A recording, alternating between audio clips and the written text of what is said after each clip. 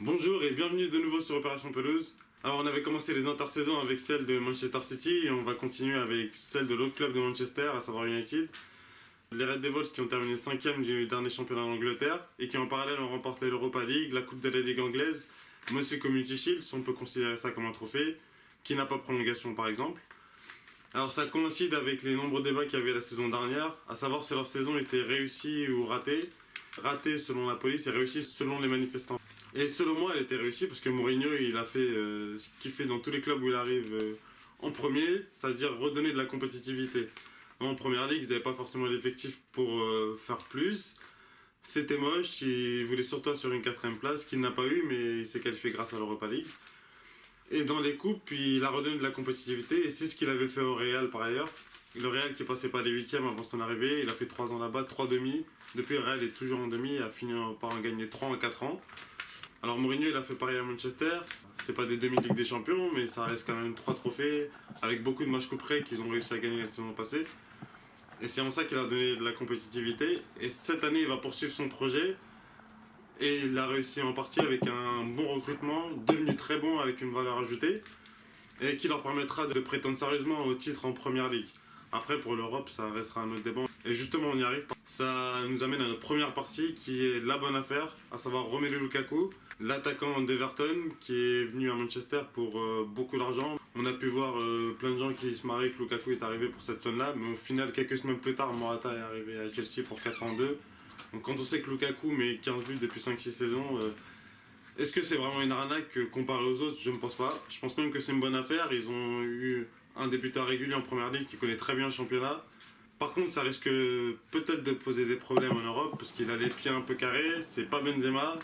C'est comme un pivot au basket. Il a de très bons moves, mais vous lui donnez le ballon en dehors de la raquette, ça devient un peu plus compliqué. Mais il a des bons moves et il arrive à marquer beaucoup de buts, ce qu'il fait dans ce début de saison déjà. Alors on va aborder le prochain point de l'intersaison de Manchester United, le flop qui concerne les ailes. Il n'y avait aucun renfort à ce poste-là, ce qui est embêtant quand tu joues en 4-2-3-1. Et à part les rumeurs Perisic, il n'y a rien eu de concret et au final personne n'a été recruté. En sachant que le seul ailier de haut niveau qu'il pourrait y avoir dans cette équipe, c'est Mkhitaryan, mais il joue derrière Lukaku. D'ailleurs il y est très bon, là n'est pas la question. Il y a Juan Mata qui évolue à droite, mais Juan Mata c'est plus un joueur suffisamment intelligent pour se débrouiller peu importe où il est. Même si plus il est dans l'axe, mieux c'est. Et au côté gauche, c'est pas le désert, mais presque. Parce que José Mourinho, il a tenté de titulariser Jesse Lingard. Selon moi, c'était une blague, mais visiblement non. Il l'a titularisé contre Real en Super Coupe d'Europe, mais aussi lors de la première journée de Première Ligue, c'était contre West Ham. Et c'est un peu comme se lever le matin, s'habiller correctement et mettre une cravate de sapeur pour aller au boulot comme si de rien n'était. C'est un peu à ça que ça ressemble Jesse Lingard dans ce Manchester. À la rigueur, si Manchester ouvrait une section de breakdance, que Jesse nous gratifiait de 2-3 coupoles dont il a le secret, là et seulement là, il pourra prétendre une place de titulaire. Et qui sait, une carrière qui décolle, une place dans Sexy Dance 18 et hop, le Jesse il pète le million et ça y est. Là, il découle le vrai succès. Ça, c'est un plan de carrière sérieux, Jesse. Mais par contre, pour être titulaire à Manchester United, en tout cas, je veux pas être mêlé à tout ça. Sinon, il y a Marcus Rashford, lui, avec son volume de jeu, son envie et ses qualités physiques, qui peut y arriver. Avec ses qualités, même si elle est plus dans l'avant-centre. Mais avec tout ça, il peut se débrouiller sur le côté gauche, même si je pense que ce ne sera pas un grand ailier, même si en Angleterre il y joue. Là, c'est plus parce qu'il y a Harry Kane qui le barre en sélection et là, il y a Lukaku. Sinon, il aurait pu prétendre à une place. Mais bon, Mourinho, il estimait probablement que c'était trop léger pour le mettre titulaire dès maintenant. Mourinho, il veut plus des références, des valeurs sûres qui ont déjà prouvé. Et c'est le cas avec Lukaku, c'est pour ça qu'il l'a recruté, même s'il valait si cher. Si cher entre guillemets, on l'a vu tout à l'heure. Sinon, c'est Anthony Martial, mais Martial, c'est Rashford, avec encore un peu moins de qualité, on va dire, si ce n'est beaucoup. Martial, par contre, lui, au poste d'ailier, il y réussira pas du tout, je pense. Et il aurait même dû accepter l'offre de Tottenham, une offre de prêt, je crois, je sais pas si elle était réelle, mais il aurait dû accepter. Avec Janssen comme seul doubleur d'Harry Kane, il aurait pu s'y faire une place, s'acclimater à la première ligue, jouer à son vrai poste, parce que ça le dessert plus qu'autre chose de jouer à gauche. Les ailes, c'est le gros flop de Manchester durant ce mercato, où ils auraient dû faire mieux, parce que si comptent jouer en 4-2-3-1, ça risque d'être compliqué face aux grosses oppositions, avec des vrais latéraux, une organisation stricte où tout le monde redescendra, où ce sera des bons joueurs, des joueurs plus forts qu'en première ligue, face à des équipes de la Liga par exemple. On verra là, comme on verra avec Lukaku, ça restera l'un des points d'interrogation de cette équipe, et je pense que ça risque de leur faire défaut. On arrive à notre prochain point maintenant, l'instant boule à facettes.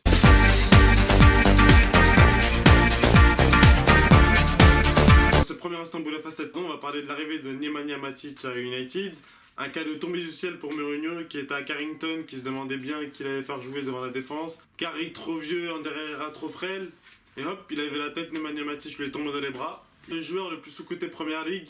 Il formait une paire incontournable avec N'Golo Kanté, une formidable paire l'année dernière. Ils ont marché sur la Première Ligue, 30 victoires la saison dernière. Pour rappel, non seulement il a été vendu, il a été bradé une quarantaine de millions, c'est-à-dire qu'il vaut moins cher que des latéraux aujourd'hui. Il a été vendu à un adversaire direct, c'est-à-dire qu'il fait même pas peur à son ancien employeur.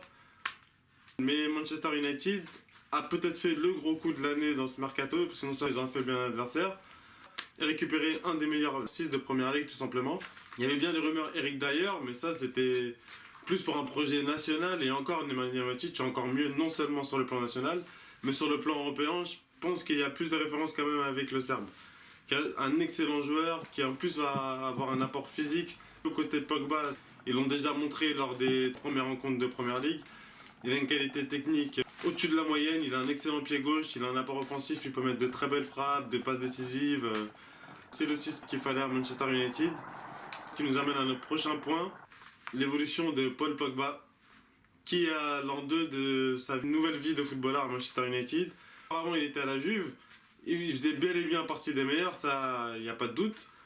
Mais c'est aussi parce qu'il avait beaucoup de liberté et parce qu'il était entouré, entre guillemets, d'Andrea Pirlo et d'Arturo Vidal. Il n'avait pas vraiment de prendre le jeu à son compte. C'était plus un milieu offensif, côté gauche, qui était libre de faire ce qu'il veut et avec ses qualités, il régnait au milieu de terrain. Mais là, ce qu'il demandait à Manchester, c'est d'être le leader d'une équipe. Pas de mener le jeu, mais d'avoir cet impact et d'être le leader dans l'entrejeu d'United. Seulement lui, avec ses envies de ballon d'or, ses envies de briller, il a atteint souvent par des crises de Pogbance. Gros, c'est la Pogbance, c'est la Pogbance, la Pogbance. Il a tendance à se voir plus beau qu'il l'est, à se voir en numéro 10, en joueur offensif, en joueur qui peut changer la situation d'un match sur une action. Alors c'est pas du tout ce qu'il demandait, lui, c'est d'avoir un impact justement, et c'est de régner tout au long d'un match au milieu de terrain. Trouver de bonnes solutions, de bonnes passes avec sa qualité technique. Et parfois, s'il a l'espace, là, éventuellement faire un dribble, parce qu'il peut le faire, il sait le faire, mais c'est pas en restant sur place comme on a vu contre les Pays-Bas, en restant 20 secondes sur place, à chercher un endroit où dribbler ou à faire un geste pour épater la galerie. C'est un peu ça le problème, et il y a même Mourinho qui l'a suivi dans son délire la saison dernière, déjà avec ses déclarations, en disant que les gens étaient jaloux de Pogba parce qu'il gagnait beaucoup d'argent et blablabla, bien sûr on est jaloux. Je m'en bats les couilles. Le match face à Chelsea, c'est là où Mourinho il a dit ok Pogba c'est toi le meilleur, t'es champion. Il l'a mis juste derrière Ibrahimovic contre Chelsea, alors que Pogba c'est le joueur qui a le profil le moins adapté à ce poste-là, à savoir qu'il a aucun jeu en première intention, qui touche toujours la balle 2-3 fois, il avait joué derrière Ibra. Ça a été une catastrophe totale, même si eux ils pensaient effrayer tout le monde, comme la Gerrard Torres, mais du pauvre. Parce que Gerrard, lui, il a commencé justement devant la défense et avec la confiance, l'expérience, la connaissance de la Première Ligue, à coup de dizaines de bonnes performances en Première Ligue. Il a fini par monter de plus en plus haut pour terminer derrière Suarez. Il forme un duo exceptionnel. Mon Pogba Ibra, c'était loin de tout ça, ça a fini à 4-0. Parce que Pogba en plus il n'avait pas la présence au milieu de terrain, ce qui fait que Kanté il s'est régalé. Kanté et Matic derrière, ils se sont régalés ce jour-là. Et c'est ça le problème de Pogba, c'est que tant que Mourinho ne lui fera pas comprendre qu'il doit simplifier son jeu, bon je pense que c'est en bonne voie là. Pour l'équipe de France c'est autre chose. Mais à Manchester, sur les 3 premiers matchs, on a vu qu'il savait rester au milieu de terrain, faire son boulot et se projeter quand il fallait. Comme son but face à Swansea, mais un très joli piqué. Ça reste un très bon joueur, à l'excellent potentiel, mais il faut qu'il le montre.